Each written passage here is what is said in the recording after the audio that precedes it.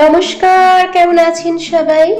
আবারও জীবনের ওঠা পড়ার নতুন দিনের নতুন একটা ব্লগ ভিডিও নিয়ে চলে এলাম আপনাদের সামনে।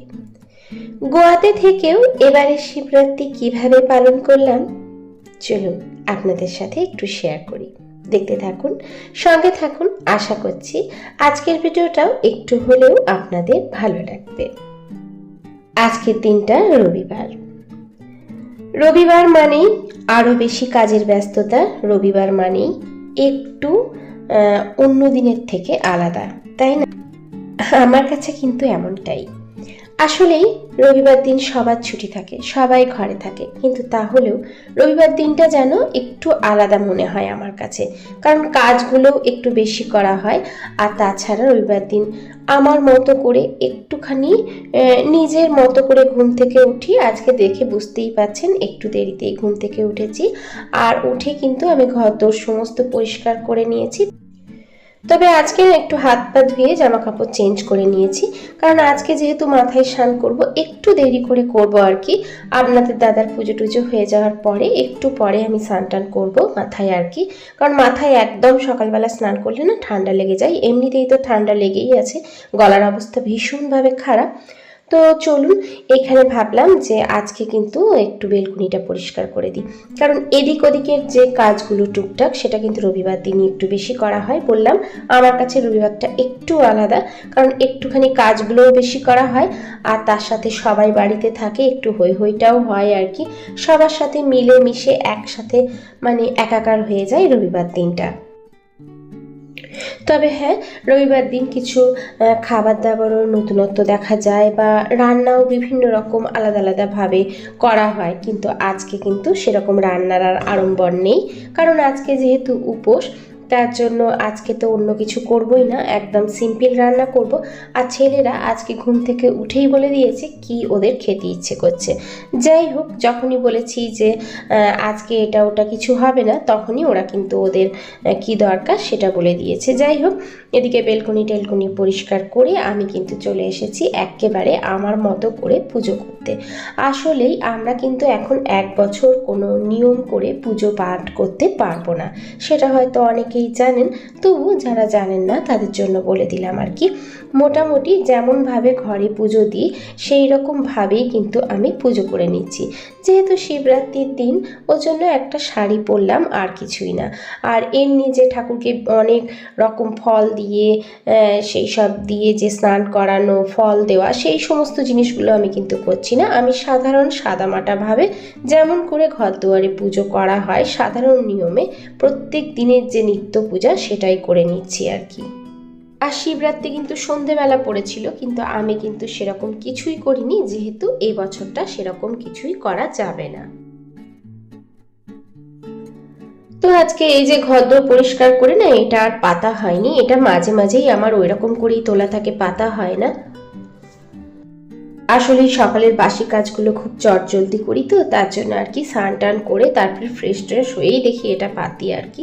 তো যাই হোক, আজকেও সেরকমই করে নিলাম। এদিকে ছেলেরা কিন্তু সব খেলা করছে, ওরা সব খেলা করতে ব্যস্ত।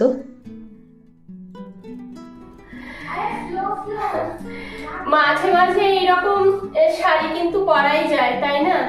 আর শাড়ি তো পরাই হয় না, তবে পুজো টুজোর দিন মনে হয় যে একটু শাড়ি পরি। যাই হোক, আজকে কিন্তু নিয়ে চলে এসেছি চা। তো আমি আমার মনে হয় অনেকেই আর কি, যে তোমার শিবরাত্রিটা যারা করে আর কি, তারা মনে হয় ফল সাবু খেয়েই আমরা অনেকেই থাকি। তো আমিও সেই রকমই, কিন্তু তবে খালি পেটে এখন সাবুটা খাবো না, একটুখানি চা খাবো। আজকে একদম ব্ল্যাক টি করে নিয়েছি, আর বড় একটা কাপে নিয়েছি।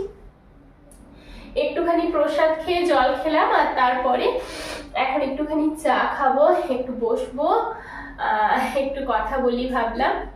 তারপরে তো আবার আজকে কি হয়েছে, আজকে না আমি ডাল বসিয়ে দিয়েছি, তখন ছেলেরা বলছে আজকে তো ডাল খাবো না, তুমি আজকে খাবে না, আজকে আমরা এমনি ফেনা ভাত খাবো।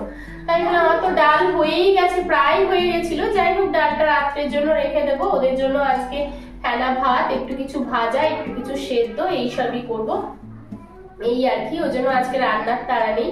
আর আজকে না সকাল থেকে এইসব ঘরটা পরিষ্কার করা হয়েছে, মোছা হয়েছে, তারপরে বেলকনি আরে পরিষ্কার করেছি। তার জন্য আজকে এরপরে এখন আর কিচ্ছু করবো না, এরপরে একবারে রান্নাতে চলে যাব। ওই আর কি একটু ভাত করে দেবো, একটু এমনি ভাজাভুজি করে দেবো, আর সকালে টিফিনে আজকে ব্রেড খেয়েছে ওরা। চলো চাটা খেয়ে নিই, তারপরে তোমাদের কাছে ফিরে আসছি। আর দুদিন ধরে প্রচন্ড গলা ব্যথা, গলার এমন অবস্থা, তোমরা তো সরি তোমরা তো নিশ্চয়ই বুঝতে পারছো যে সেরকম ভাবে কথা বলতে পারছি না আর কি, গলার যা অবস্থা। যাই হোক, চলো সঙ্গে থাকো, আমি চাটা খেয়ে নিই, তারপরে আবার তোমাদের কাছে ফিরে আসছি। আর আজকে কিন্তু সব কটা বাড়িতে আছে, তো রবিবার বলে কথা, তো বাচ্চারাও বাড়িতে আছে। ওরা একটু নিচে খেলতে গিয়েছিল, এখন এসছে, দুজনেই এখন ওই ঘরে আছে। চলো ওরা ওদের মতো খেলা করুক, আর আমি এই ফাঁকে একটু চাটা খেয়ে নিই।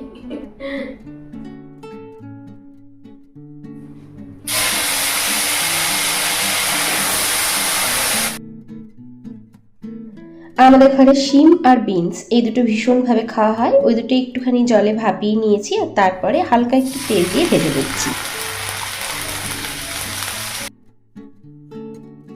এই যে ছেলেদেরকে একটু তাড়াতাড়ি খেতে দিয়ে দিচ্ছি। এখানে আছে কুমড়ো আর আলু একসাথে মাখা, আছে হচ্ছে বিনস আর শিম ভাজা, আর তার সাথে কুঁদরি ভাজা, আর করেছিলাম অল্প একটু গোল গোল করে আলু ভাজা।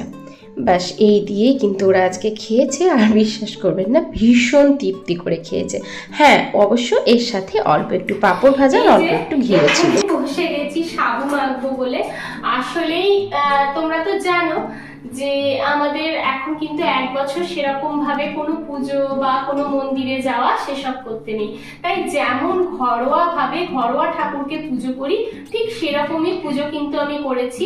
যে আমি ঠাকুরের কাছে ফল দিয়েছি, মানে ঠাকুরকে যেমন দেয় আর কি 5টা ফল হেনা তেনা সেই সব দিয়ে, বা মধু সেই সমস্ত মাখিয়ে যেমন করে পুজো করে। বা আজকে তো তোমার সন্ধ্যের দিকে লাগবে, তোমরা তো সবাই জানো যে সন্ধ্যের দিকে পুজো লাগবে, মানে ঠাকুরের যে শিবরাত্রি লাগবে আর কি। তো আমি যে সন্ধ্যেবেলায় করব সেরকমও নয়, আমি কিন্তু সকালবেলায় যেমন পুজো করি ঠিক সেরকম ভাবেই পুজোটা করেছি। আর ওর জন্যই এইবারে আমি সন্ধে করে কিছুই করিনি। বাবা অমনি করো না বাবা, ওর জন্য ওখানে বসো, আমি সাবু মাখবো দেবো, বসো। আর ওই যে আমাকে বলেছিল সব যে তুমি সাবু মাখবে, আমরা সাবু মাখা খাবো, আজকে আমরা কিন্তু ভাত খাবো না। আর ওর জন্যই দেখলে যে ভাতের জন্য কিছু করিও নি সেরকম। তো যাই হোক, আমি এখন সাবু মাখতে নিয়ে নিয়েছি, একটু ফলটাও দিয়ে খেয়ে নেব, কারণ যেহেতু আমাদের নেই, যেহেতু ওর জন্য আমি যে বিকেল বেলায় বা সন্ধ্যেবেলায় শিবরাত্রি লাগার পরে পুজো দেব তেমনটা নয়, ওর জন্য আমি কিন্তু সকাল সকালই পুজো দিয়ে নিয়েছি। আর এখন যদিও প্রায় 4টের কাছাকাছি বাজে, তো একবারে ওদেরকে সব খাইয়ে টাইয়ে সবকিছু পরিষ্কার টরিষ্কার করে তারপরে আমি সাবুটা খেতে নেব। আর ওরাও খাবে, একটু বিকেলে টিফিনটাও হয়ে যাবে, ভালোই হবে। চলো এখানে সাবু মাখাই, আমি কুচি কুচি করে আপেল নিয়ে নিচ্ছি, দেবো বেদানা আর হচ্ছে কলা, এই সমস্ত দিয়ে মাখলে না বেশ ভালো লাগে সাবুটা। আর কি বলতো, এর সাথে যদি একটু মিষ্টি দেওয়া যায় তাহলেও ভালো লাগে, কিন্তু যেহেতু এখানে সেরকম ভাবে মিষ্টি পাওয়া যায় না, ওই লাড্ডু দেবো না আর কি, তো এই সবই দেবো। চলো কেটে নিই। এই সাবু মাখায় না মনের পছন্দ মতো যা খুশি ফল দেওয়া যায়, তবে আমার মনে হয় বেদানাটা দিলে বেশ ভালো লাগে। তার সাথে অনেকে কিন্তু নারকেল কুচোনোও দেয়, আবার অনেকে কিন্তু কাজু কিশমিশও দেয়, কিন্তু একসাথে ফল, সাবু, দুধ, কাজু, কিশমিশ, নারকেল এগুলো কিন্তু খাবো না, অম্বল করে যাবে। এই যে এখানে বেশ কিছু কলা দিয়ে চিনি দিয়ে ভালো করে চটকে নিয়েছি, তারপরে সমস্ত ফলগুলো এখানে দিয়ে দিয়েছি। আর বাস খেতে কিন্তু খুব সুন্দর লাগে, আমার ছেলেরা তো ভীষণ ভালোবাসে, ভীষণ। আজকে ওরা বসেই ছিল সাবু মাখা খাবে বলে, বলছিল আমরা ভাত খাবোই না, আমি অল্প করে তাড়াতাড়ি করে খাইয়ে দিয়েছি আর কি। এটা তোমার, এটা তোমার, চলো খেয়ে নাও, খাও। এই নাও, তুমি নাও, নাও না, নাম হয়ে গেছে, নাম হয়েছে, আস্তে আস্তে খাও। তোমাদের প্রত্যেকের জন্য রইল অনেক অনেক ভালোবাসা, রইল আন্তরিক শুভেচ্ছা। তোমাদের প্রত্যেকের কমেন্ট আমার ভীষণ ভীষণ ভালো লাগে। তোমরা এইভাবেই কমেন্ট করতে থাকো, এইভাবেই সাথে থেকো, এইভাবেই পাশে থেকো। আমার ভিডিওগুলো কেমন লাগছে জানাতে কিন্তু একদম ভুলবে না। যদি ভালো লেগে থাকে ছোট্ট একটা লাইক দিয়ে পাশে থাকবে, বেশি ভালো লেগে থাকলে ফ্রেন্ড আর ফ্যামিলির সাথে শেয়ার করতে কিন্তু একদম ভুলবে না। তাহলে আজকের মতো ভিডিওটা এখানেই শেষ করছি। দেখা হচ্ছে পরবর্তীকালে নতুন একটা ভিডিওর সাথে।